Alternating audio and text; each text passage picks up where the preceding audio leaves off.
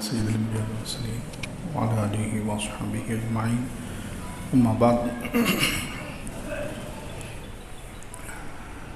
أعوذ بالله من الشيطان الرجيم بسم الله الرحمن الرحيم لمسجد أسس على التقوى من أول يوم أحق أن تقوم فيه رجال يحبون أن يتطهروا والله يحب المطهرين صدق الله العظيم. وقال النبي صلى الله عليه وسلم مفتاح الجنة الصلاة ومفتاح الصلاة الطهور أو كما قال عليه الصلاة والسلام. اللهم صل على سيدنا محمد وعلى آل سيدنا محمد وبارك وسلم. اللهم صل على سيدنا محمد وعلى آل سيدنا محمد وبارك وسلم. اللهم صل على سيدنا محمد وعلى آل سيدنا محمد وبارك وسلم.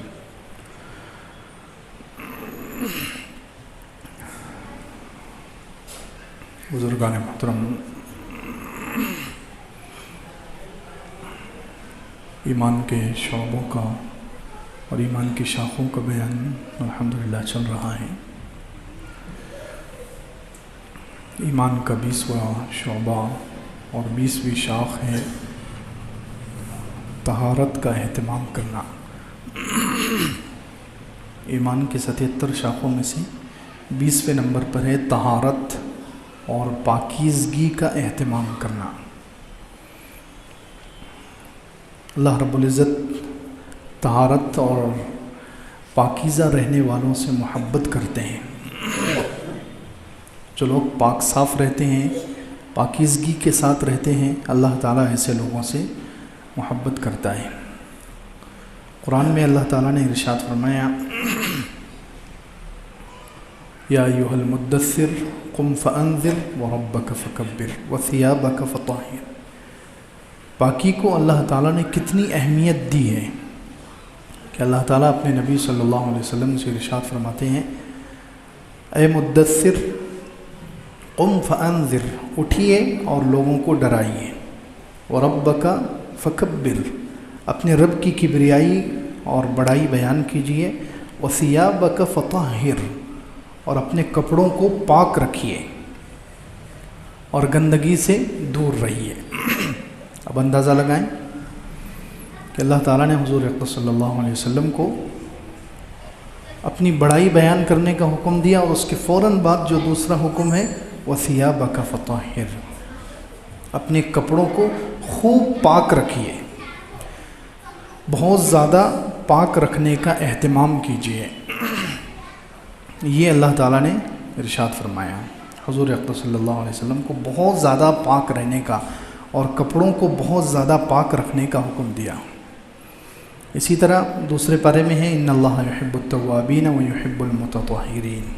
اللہ محبت کرتا ہے توبہ کرنے والوں سے، جو بار بار اللہ تعالیٰ سے معافی مانگتے ہیں ان سے، اور اسی طرح جو بہت زیادہ پاک صاف رہتے ہیں، پاکی کا اہتمام کرتے ہیں، اللہ تعالیٰ ان سے بھی محبت کرتا ہے. اب دیکھیں یہ گویا پاکی، پاک صاف رہنا، پاکیزہ رہنا، یہ اللہ تعالیٰ کی محبت حاصل کرنے کا ایک ذریعہ ہے. اس سے اللہ بندے سے محبت کرتا ہے. پاکیزگی کی وجہ سے، طہارت کی وجہ سے، پاک صاف رہنے کی وجہ سے اللہ تعالیٰ انسان سے محبت کرتا ہے. اللہ تعالیٰ کی محبت کو انسان کے لیے واجب کرنے والا ذریعہ ہے. اسی طرح تیسری آیت ہے پاکی کے بارے میں 11ویں پارے میں اللہ تعالیٰ نے مسجد قباء کا تذکرہ کیا. پہلی مسجد جس کی بنیاد خود حضور اقدس صلی اللہ علیہ وسلم نے اپنے مبارک ہاتھوں سے رکھی.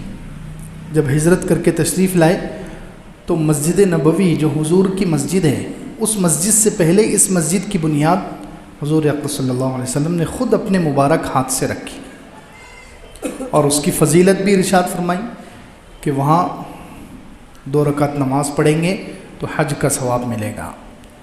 اتنی بابرکت مسجد ہے کہ اللہ کے رسول صلی اللہ علیہ وسلم نے خود اپنے دست مبارک سے اس کی بنیاد رکھی. تو اللہ تعالیٰ نے قرآن میں اس کا تذکرہ کیا، اور اس میں جو صحابہ کرام نماز پڑھتے تھے ان کی اللہ نے تعریف کی اور کس بیس پر تعریف کی؟ طہارت کی وجہ سے۔ اندازہ لگائیں، یہ نہیں کہا کہ یہ قباء میں جو رہتے ہیں، قباء کی مسجد میں جو نماز پڑھنے والے صحابہ ہیں وہ تہجد گزار ہیں اس لیے اللہ نے ان کی تعریف کی ہو، نماز کی وجہ سے، قرآن کی وجہ سے، جہاد کی وجہ سے نہیں، ان کی تعریف اللہ تعالیٰ نے طہارت اور پاکیزگی کی وجہ سے کی ہے۔ سبحان اللہ۔ تو اندازہ لگائیں، پاکیزہ رہنا، پاک صاف رہنا اللہ تعالیٰ کو کتنا پسند ہے کہ اس کی وجہ سے اللہ تعالیٰ قرآن میں تعریف کر رہا ہے۔ ان کی تعریف کر کے اللہ تعالیٰ نے اس کو ہمیشہ کے قیامت تک کے لیے قرآن کا حصہ بنا دیا۔ سبحان اللہ۔ کیا فرمایا؟ فیہ رجال یحبون ان یتطہروا، اس میں کچھ مرد، کچھ لوگ ایسے ہیں جو بہت زیادہ پاکی کا اہتمام کرتے ہیں۔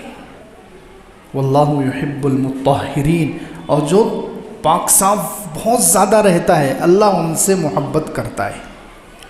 تو اللہ کے رسول صلی اللہ علیہ وسلم نے ان سے پوچھا،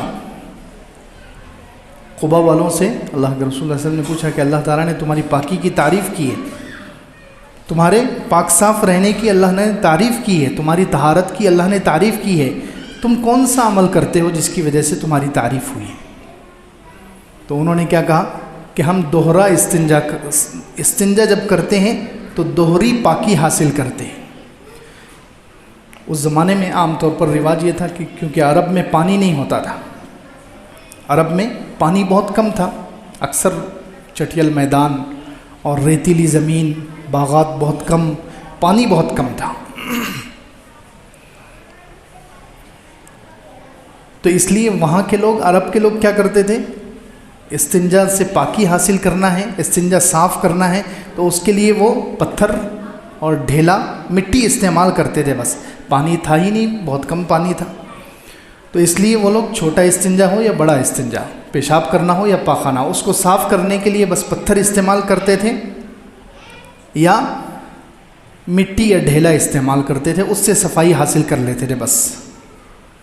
لیکن یہ لوگ جو تھے قباء والے، یہ لوگ کیا کرتے تھے؟ دوہری پاکی حاصل کرتے تھے۔ پہلے جب بھی استنجا کرے پہلے ڈھیلا استعمال کرتے تھے، پہلے پتھر اور اینٹ جو اس زمانے میں ہوگی وہ استعمال کرتے تھے، اس کے بعد پانی بھی استعمال کرتے تھے، ڈبل پاکی حاصل کرتے تھے۔ تو اس عمل کی اللہ تعالیٰ نے تعریف کی، یہ عمل ان کا اتنا اللہ کو پسند آیا کہ اللہ نے قرآن میں ذکر کر دیا، فیہ رجال یحبون ان یتطہروا۔ اس لیے ہمیں بھی چاہیے، آج کل تو ہمارے پاس ٹوائلٹ ہیں، یہ والے ٹوائلٹ میں مٹی، ڈھیلا اور اینٹ ہم استعمال نہیں کر سکتے، کیونکہ کریں گے تو سب بلاک ہو جائے گا، مسئلہ کھڑا ہو جائے گا، تو اس کی جگہ پہ علماء کہتے ہیں ٹیشو پیپر استعمال کرنا چاہیے۔ پہلے ٹیشو پیپر سے ہم صاف کر لیں، پھر اس کے بعد پانی سے دھو لیں، تاکہ ان سے ہماری نسبت ہو جائے، ان صحابہ کرام سے ہمیں نسبت حاصل ہو جائے، اور جیسے اللہ ان سے محبت کرتا تھا اللہ ہم سے بھی محبت کرنے لگ جائے۔ تو خیر، طہارت اور پاک صاف رہنا، زیادہ سے زیادہ اپنے آپ کو پاکیزہ رکھنا، یہ اللہ تعالیٰ کو اتنا محبوب عمل ہے، اتنا پسندیدہ عمل ہے کہ اللہ تعالیٰ نے قرآن میں اس کا تذکرہ کیا، اور ایسے لوگوں کے بارے میں کہا کہ میں ان سے محبت کرتا ہوں، ان کے اس عمل کو اللہ تعالیٰ نے قرآن میں ذکر کیا۔ حالانکہ ظاہر میں دیکھا جائے تو کوئی بہت بڑا عمل نہیں ہے، ظاہر میں دیکھا جائے تو ڈبل استنجا کرنا، ڈبل استنجا کو صاف کرنا، مٹی سے بھی کر لیا اور پانی سے بھی کر لیا، کون سا بڑا عمل؟ لیکن طہارت ہے اس میں صفائی ہے، اس میں پاکیزگی ہے، اور پاکیزگی اللہ تعالیٰ کو پسند ہے۔ اللہ تعالیٰ خود پاک صاف ہیں، خود پاکیزہ ہیں، اس لیے اپنے ان بندوں کو زیادہ پسند کرتے ہیں جو طہارت میں خوب اہتمام کرتے ہیں۔ اسی طریقے سے قرآن پاک میں ایک اور آیت ہے، اس میں دیکھیں اللہ تعالیٰ نے تیمم کا حکم دیا ہے۔ اب تیمم کا حکم کیوں دیا گیا؟ پوری آیت 6 پارے میں، یا ایھا الذین آمنوا اذا قمتم الی الصلاۃ فاغسلوا وجوہکم وایدیکم الی المرافق وامسحوا برؤوسکم وارجلکم الی الکعبین۔ اے ایمان والو، جب تم نماز کے لیے کھڑے ہو، نماز کا ارادہ کرو، فاغسلوا وجوہکم، وضو کا تذکرہ ہے کہ پہلے تم اپنے چہروں کو دھو لو اور ہاتھ اپنے کوہنیوں تک دھو لو، وایدیکم الی المرافق وامسحوا برؤوسکم، سر کا مسح کر لو، وارجلکم الی الکعبین، اور پیروں کو دھو لو ٹخنوں تک، وَإِن كُنتُمْ جُنُبًا فَطَّهَّرُوا، اور اگر تم ناپاک ہیں، ناپاک ہو گئے، غسل فرض ہو گیا تو بہت زیادہ پاکی کا اہتمام کرو، جلدی غسل کر لو. فَطَّهَّرُوا.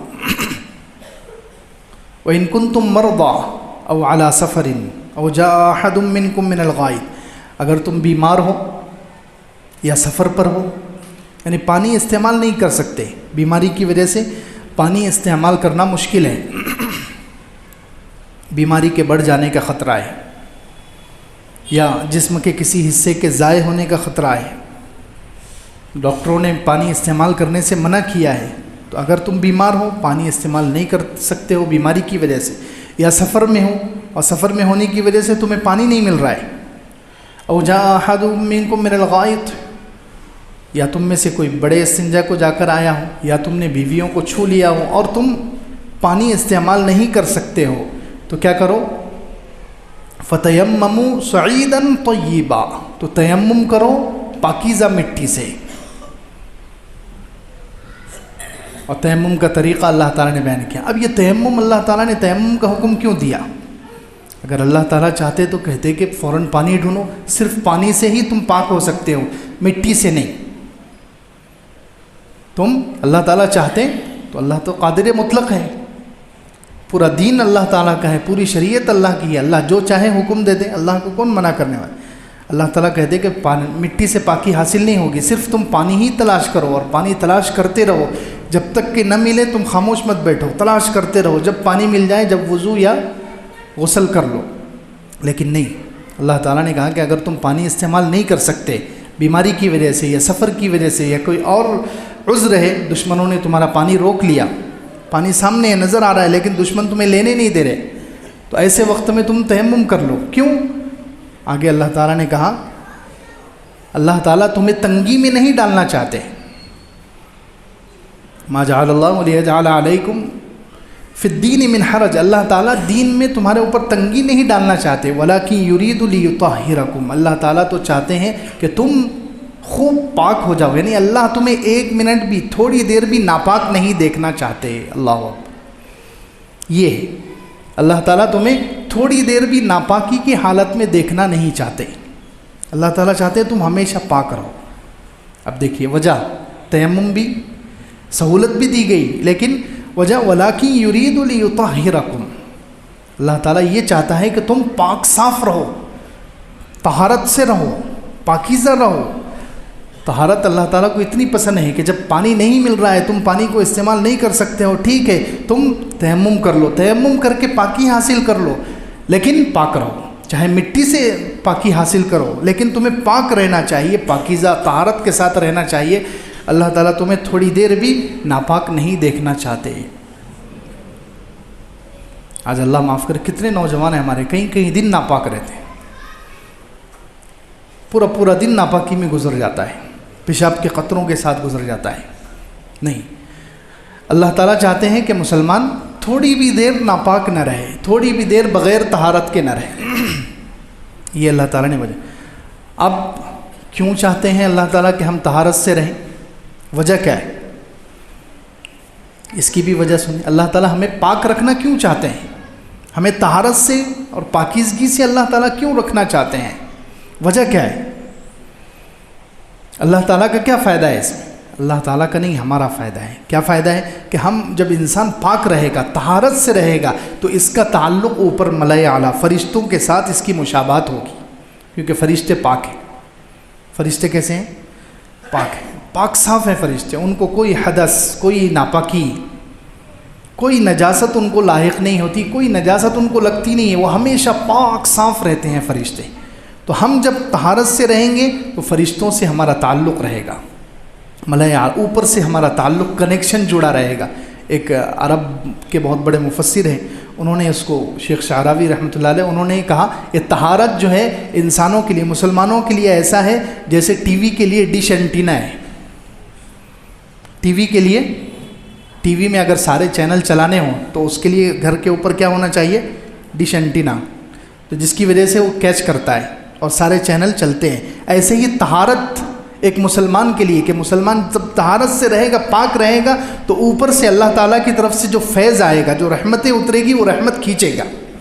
یہ طہارت رحمتوں کو کھینچتی ہے، اللہ کی طرف سے فیض، اللہ کی طرف سے جو برکتیں اترتی ہے زمین پر ان کو کھینچتی ہے طہارت،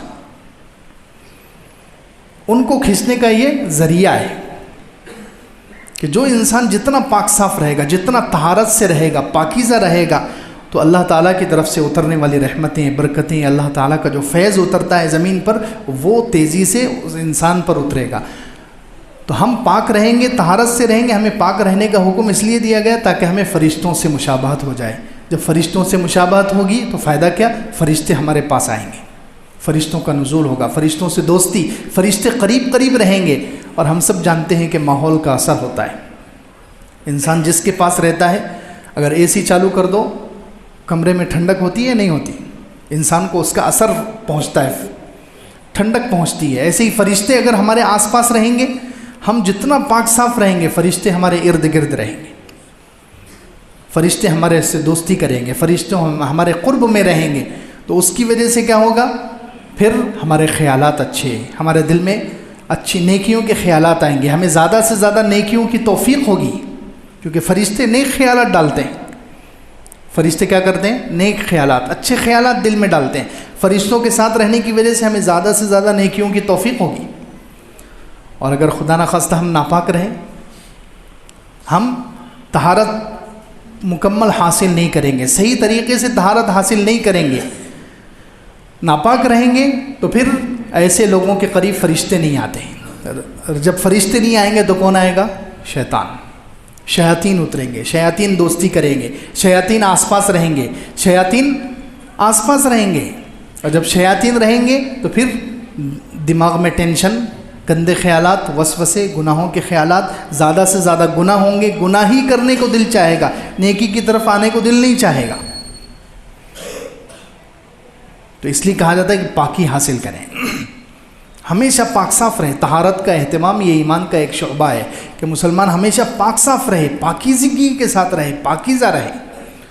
اب ناپاکی دو قسم کی ہے، ایک تو ہے حدث اکبر جس کو کہتے ہیں، ایک حدث اصغر، چھوٹی ناپاکی، بڑی ناپاکی۔ چھوٹی ناپاکی سے مراد انسان کا وضو ٹوٹ گیا، یہ ہے چھوٹی ناپاکی، اور اگر غسل ٹوٹ گیا تو یہ ہے بڑی ناپاکی۔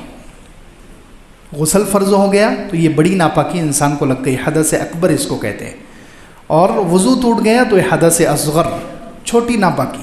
تو دونوں سے ہر مسلمان کو پاک رہنا چاہیے، دونوں قسم کی پاکی، یعنی بے وضو بھی زیادہ نہ رہے اور بے غسل تو بالکل نہ رہے۔ بے غسل، غسل ٹوٹا ہوا ہے، غسل فرض ہو چکا، اور ویسے ہی کام کر رہے ہیں، ویسے ہی کھا رہے ہیں، ویسے ہی مارکیٹ میں پھر رہے ہیں، یہ تو بالکل نہیں ہونا چاہیے۔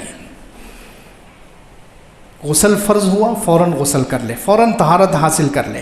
اور وضو ٹوٹ گیا تو وضو کے بارے میں بھی حدیث میں اشارے ہیں، علماء کرام کہتے ہیں کہ انسان کو ہمیشہ کوشش کرنی چاہیے کہ ہمیشہ وضو کے ساتھ، جب وضو ٹوٹ جائے، چاہے نماز کا وقت نہ ہو، چاہے نماز کا وقت نہ ہو، ہمارا مسئلہ تو یہ ہے کہ ہم صرف نماز کے لیے وضو کرتے ہیں بس، باقی تو بے وضو ہی رہتے ہیں۔ نماز کا وقت ہو یا نہ ہو، مسلمان کو ہمیشہ وضو سے رہنا چاہیے۔ وضو ٹوٹ گیا فوراً وضو کر لو، اس کے بہت سارے فائدے ہیں۔ جیسے پہلے کہا کہ اگر وضو سے رہیں گے تو فرشتے ہمارے پاس بیٹھیں گے، فرشتے ہمارے آس پاس رہیں گے۔ وضو سے جو ہمیشہ رہے گا فرشتے ان کے ساتھ رہیں گے، تو نیکیوں کے خیالات، زیادہ سے زیادہ نیکیوں کی توفیق ہوگی۔ پھر فرشتوں کے ساتھ رہنے کی وجہ سے موت اچھی آئے گی، موت کبھی بھی آ سکتی ہے، موت کا کیا بھروسہ ہے۔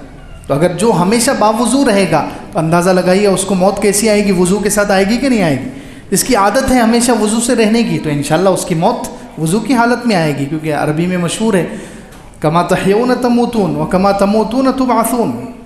بعض لوگ کہتے ہیں یہ حدیث ہے، اور بعض لوگ کہتے ہیں کہ کسی صحابی کا قول ہے، لیکن بہت اچھا قول ہے کہ جیسے زندگی گزارو گے ویسے ہی مرو گے، اور جیسے مرو گے ویسے ہی اٹھائے جاؤ گے۔ تو جو ہمیشہ وضو کے ساتھ رہے گا تو انشاءاللہ اس کی موت بھی وضو کے ساتھ آئے گی۔ اور وضو کے ساتھ والی موت اچھی موت ہے یا نہیں ہے؟ اچھی موت ہے۔ تو جو ہمیشہ وضو کے ساتھ رہے گا تو ایک تو فرشتوں کی اس سے دوستی ہوگی، اچھے خیالات، زیادہ سے زیادہ نیکیوں کی توفیق، دوسرے موت اچھی آئے گی، اور تیسرے روزی کا بھی یہ ذریعہ ہے۔ ایک صحابی نے آ کر پوچھا کہ اللہ کے رسول صلی اللہ علیہ وسلم مجھے کوئی وظیفہ بتائیے، میرے رزق میں بہت تنگی ہے، رزق میں بہت تنگی ہے۔ اللہ کے رسول صلی اللہ علیہ وسلم کے ارشاد فرمایا دم علی الطہارہ یوسع علیک رزق، او کما قال علیہ الصلوۃ والسلام، ہمیشہ طہارت پر رہو، دم علی الطہارہ، ہمیشہ پاکیزہ رہو، یعنی وضو، غسل بھی ہو وضو بھی ہو، ہمیشہ پاک رہو، ہمیشہ طہارت سے رہو، تمہارے رزق میں کشادگی کی جائے گی۔ تو دیکھیے ہمیشہ وضو سے رہنے کے یہ فائدے ہیں۔ جب وضو ٹوٹ جائے، ٹھیک ہے انسان ہے، کیونکہ انسان کو بہت ساری چیزیں لگی ہوئی ہے، وضو ٹوٹے گا، تو وضو ٹوٹتے ہی لیکن وضو کر لے انسان، وضو کی عادت ڈالے، وضو کے ساتھ رہے، طہارت کے ساتھ رہے گا تو اس کے بہت سارے فائدے ہیں۔ تو خیر ایک تو ہے بڑی ناپاکی اور ایک ہے چھوٹی ناپاکی۔ تو مسلمان کو اگر غسل فرض ہو گیا تو بے غسل بھی نہیں رہنا چاہیے اور بے وضو بھی نہیں رہنا ہے، کیونکہ اگر بے غسل اور بے وضو زیادہ وقت گزرے گا تو پھر شیاطین آس پاس پھریں گے، شیاطین آس پاس چکر لگائیں گے، شیاطین زیادہ رہیں گے، پھر گندے خیالات۔ تو اللہ کے رسول صلی اللہ علیہ وسلم کو کتنی فکر تھی ہمیں ان شیطانوں سے بچانے کے لیے، اسی لیے حضور اقدس صلی اللہ علیہ وسلم نے حکم دیا کہ جب تم بیت الخلاء کے لیے جاؤ، گندی جگہ ہے، وہاں پر شیاطین رہتے ہیں، وہاں پر خبیث جنات رہتے ہیں، ناپاک جنات رہتے ہیں، وہ ہو سکتا ہے تمہیں نقصان پہنچائیں، ہو سکتا ہے تمہارے اوپر قابو کریں، اس لیے تم دعا پڑھ کر جاؤ، بسم اللہ اللہم انی اعوذ بک من الخبث والخبائث۔ یہ دعا حضور اقدس صلی اللہ علیہ وسلم نے کیوں سکھائی؟ کیونکہ حضور اقدس صلی اللہ علیہ وسلم کو ہماری فکر ہے کہ کہیں ہمیں شیاطین پریشان نہ کریں، کہیں شیاطین ہمیں پریشان نہ کریں، اس لیے حضور اقدس صلی اللہ علیہ وسلم نے ہمیں حکم دیا۔ تو اب ہوتا یہ ہے کہ ہم لوگ بغیر دعا کے استنجا کے لیے چلے جاتے ہیں، بچوں کو بھی بچپن سے عادت نہیں ڈالتے تو شیطان کے اثرات ہوتے ہیں، پھر دل و دماغ پر، ذہن پر، باہر نکل کے پھر وہی ٹینشن، پھر گھروں میں جھگڑے، پھر بے برکتی، نحوست۔ کیوں؟ کیونکہ ہم حضور اقدس صلی اللہ علیہ وسلم کی طرف سے بتائے ہوئے جو ہتھیار ہے وہ استعمال نہیں کر رہے ہیں۔ حضور اقدس صلی اللہ علیہ وسلم جو دعائیں ہماری حفاظت کے لیے دی ہیں وہ استعمال نہیں کر رہے ہیں۔ تو جب ناپاک رہیں گے، ناپاکی کی حالت میں رہیں گے تو شیطان ساتھ رہے گا، شیاطین ساتھ رہیں گے تو پھر انسان کے اوپر مصیبتیں شروع ہوگی، گناہ کرے گا زیادہ سے زیادہ، جس کی وجہ سے مصیبتیں آئے گی، آفتیں آئے گی۔ تو اس لیے دونوں قسم کی ناپاکی، چھوٹی ناپاکی سے بھی انسان کو پاک رہنا چاہیے، یعنی وضو ٹوٹ جائے تو فوراً وضو کر لے، اور غسل ٹوٹ جائے تو غسل بھی فوراً غسل کرے، زیادہ دیر ناپاک نہ رہے۔ اسی طریقے سے ایک اور طہارت ہے کہ چھینٹوں سے اپنے آپ کو بچائے، پیشاب کے چھینٹوں سے۔ یہ گندگی جسم پر بالکل نہیں ہونی چاہیے، پیشاب کے چھینٹے، راستے میں جو گندا پانی بہتا ہے اس کے چھینٹے، یہ مسلمان کے جسم پر، مسلمان کے کپڑوں پر بالکل نہیں ہونے چاہیے، اس سے بچنا ضروری ہے۔ اللہ کے رسول صلی اللہ علیہ وسلم کی صحیح حدیثوں میں ہے کہ عذاب قبر اکثر پیشاب کے چھینٹوں سے نہیں بچنے کی وجہ سے ہوتا ہے۔ جو لوگ پیشاب کے چھینٹوں سے نہیں بچتے، کھڑے کھڑے پیشاب کر لیا یا پیشاب کر کے جلدی اٹھ گئے، عام طور پر یہ عادت ہے کہ ہم لوگ پیشاب اچھے سے نہیں کرتے، استنجا اچھے سے نہیں کرتے، بس آدھے منٹ میں استنجا کیا اور پانی ڈالا اور اٹھ گئے۔ یاد رکھیں پیشاب کی جو تھیلی ہے، پیشاب کی تھیلی سے لے کر پیشاب کا جو آلہ ہے، نکلنے کا ذریعہ ہے، وہاں تک بیچ میں نالی ہے، بیچ میں نالی ہے، تو وہ نالی میں کچھ قطرے رہ جاتے ہیں، تو جب تک ان کو کھانس کے یا کھڑے ہو کر یا تھوڑا اٹھک بیٹھک کر کے جب تک ان قطروں کو نہ نکالا جائے وہ قطرے نہیں نکلیں گے۔ اور ہم ویسے ہی پانی ڈال کر اگر باہر آ گئے تو وضو کرتے ہوئے یا بعد میں سیڑھی چڑھتے ہوئے وہ قطرے بعد میں نکلتے ہیں، جس کی وجہ سے وضو بھی ٹوٹ گیا، کپڑے بھی ناپاک ہو گئے۔ اب ایسی ہی ناپاکی کے حالت میں ہم اللہ کے سامنے کھڑے ہوئے، کیا نماز قبول ہوگی؟ وضو ہی نہیں ہے ہمارا۔ تو اس لیے اچھے سے استنجا کرنے کا حکم دیا، اچھے سے استنجا کریں، پورے قطرے ٹپکائیں، جب تک مطمئن نہ ہو، جب تک باہر نہ آئیں، اٹھک بیٹھک کر کے، کھنکار کے، کھانس کر، کسی بھی طریقے سے ان قطروں کو صاف کریں، پھر جا کر استنجا لیں، پھر اس کے بعد وضو کریں۔ تو جتنی طہارت اچھی ہوگی، وضو اچھا ہوگا تو نماز میں بھی دل لگے گا، نہیں تو نماز میں بھی پھر وہ شیطان کے وسوسے، خیالات، پوری نماز گزر جاتی۔ تو اس لیے پیشاب کے قطروں سے وہاں بھی بچنا ہے۔ استنجا کرتے وقت اچھے سے استنجا کرنے کی عادت ڈالیں، 2-3 منٹ لگ جائے، چاہے 5 منٹ لگ جائے، لیکن پورا استنجا کریں، تاکہ قطرے بعد میں وضو کرتے ہوئے یا چلتے ہوئے یا سیڑھی چڑھتے ہوئے بعد میں اگر قطرے ٹپکیں گے تو اس سے ہمارے کپڑے بھی ناپاک ہوں گے، وضو بھی نہیں ہوگا، بعد میں نماز بھی نہیں ہوگی، پھر ساری نحوستیں۔ تو وہاں بھی استنجا میں پیشاب کے چھینٹوں سے بچے۔ اسی طریقے سے کچھ لوگ کھڑے کھڑے استنجا کرتے ہیں، تو آس پاس چھینٹے اڑتے ہیں اور وہ چھینٹوں کو پھر دھونے کا وہ اہتمام نہیں کرتے. یہ بہت خطرناک بات ہے کہ اگر چھینٹے اگر جسم پر کپڑوں پر اتر گئے تو کپڑے ظاہر میں بہت اچھے ہیں, بہت ہم نے 1000 کا 2000 کا 10,000 کا سوٹ پہنا ہوا ہے, بہت خوبصورت نظر آ رہا ہے, ٹائی لگائی ہوئی ہے اور بہت خوبصورت کپڑے ہیں, تو صاف تو ہیں لیکن پاک نہیں ہیں. یہ پیشاب کے چھینٹے اگر جسم پر پڑے ہوئے ہیں تو یہ ظاہر میں بہت خوبصورت اور بہت نئے کپڑے نظر آ رہے ہیں, تو یہ صاف تو ہے لیکن پاک نہیں ہے. اسلامی اعتبار سے یہ پاک نہیں ہے. ایسے کپڑوں کے ساتھ ہماری نماز نہیں ہوگی, ہم ناپاک شمار ہوں گے. فرشتے نہیں, پھر ہمارے ساتھ شیاطین رہیں گے جس کی وجہ سے گندے خیالات آئیں گے, گناہوں کی طرف دل مائل ہوگا, قدم گناہوں کی طرف اٹھیں گے. اس لیے صاف بھی رہنا ہے, پاک بھی رہنا ہے. اسلام نے دونوں چیزوں کا حکم ہے, صاف بھی رہو پاک بھی رہو. دونوں چیزیں الگ الگ ہیں, صاف ہونا الگ ہے, پاک ہونا الگ ہے. کچھ چیزیں برتن وغیرہ کو بعض مرتبہ ناپاک کپڑے سے بھی اگر انسان پوچھ لے, برتن کو اگر ناپاک کپڑوں سے بھی پوچھ لے تو وہ چمکتا ہوا نظر آئے گا, تو وہ صاف تو ہو گیا لیکن پاک نہیں ہوا. پاک ہونا الگ ہے, پاک کپڑوں سے اس کو آپ صاف کریں گے تو وہ صاف بھی ہو جائے گا, پاک بھی ہو جائے گا. تو ہمارے اسلام میں دونوں چیزیں ہیں, صاف بھی اور پاک بھی. وہ طہارت دونوں چیزوں کا نام ہے کہ صاف بھی رہو اور پاک بھی رہو.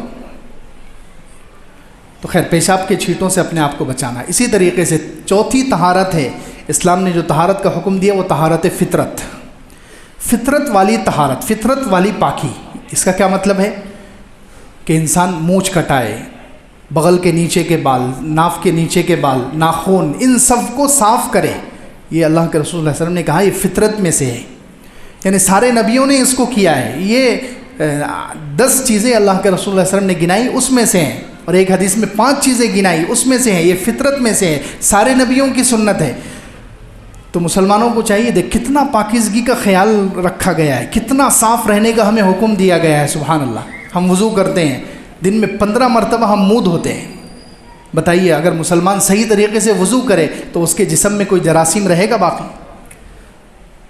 5 مرتبہ ہم وضو کرتے ہیں, کم سے کم 5 نماز کے لیے ہم وضو کرتے ہیں, تو کتنی مرتبہ منہ دھوتے ہیں؟ 15 مرتبہ.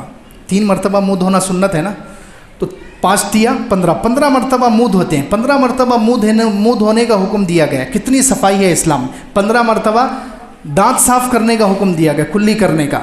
15 مرتبہ ناک صاف کرنے کا حکم دیا. 15 مرتبہ ہاتھ. جتنے اعضاء انسان کے کھلے رہتے ہیں, کپڑوں سے باہر رہتے ہیں, ان پر عام طور پر جراثیم لگتے ہیں. جتنے اعضاء, کیونکہ یہ چہرہ ہمارا ہمیشہ کھلا رہتا ہے, اس پر ہم کوئی کپڑا نہیں لیتے, ہاتھ کھلے رہتے ہیں اور پیر کھلے رہتے ہیں, ناک منہ یہ جو کھلے ہوئے حصے ہیں ان کو اسلام نے وضو میں دھونے کا حکم دیا تاکہ تمہارے جسم پر کوئی جراثیم نہ ہو, ان جراثیم سے تمہیں کوئی نقصان نہ ہو. سبحان اللہ, کتنا بہترین دین ہے, کتنا بہترین مذہب ہے کہ 15 مرتبہ منہ دھونے کے لیے اور چہرہ دھونے کے لیے اور ناک صاف کرنے کے لیے اور ہاتھ دھونے کے لیے اور پیر دھونے کا ہمیں حکم دیا گیا تاکہ ہم پاک صاف رہیں. تو اس لیے طہارت کا اہتمام کرنا ضروری ہے, یہ ایمان کا ایک حصہ ہے. اس لیے ہم خوب طہارت سے رہیں, خوب پاکیزہ رہیں, ہر قسم کی پاکی ہم حاصل کریں. کوئی بھی قسم کی ناپاکی اور گندگی ہمارے اندر نہیں رہنی چاہیے. گندگی رہے گی تو شیاطین آئیں گے, شیاطین آئیں گے پھر ہمارے مسئلے خراب ہوں گے, ہم گناہ کی طرف جائیں گے. گناہ کے خیالات, گھروں میں نحوستیں, آپس میں جھگڑے, روزی میں بے برکتی, یہ سب ناپاکی کی وجہ سے ہوتا ہے. تو اس لیے زیادہ سے زیادہ پاک رہنے کا اہتمام کرے, زیادہ سے زیادہ صاف رہنے کا اہتمام کرے, دونوں قسم کی طہارت اور پاکی حاصل کرے. اللہ رب العزت سے دعا ہے اللہ ہمیں عمل کی توفیق عطا فرمائے. وآخر دعوانا الحمدللہ.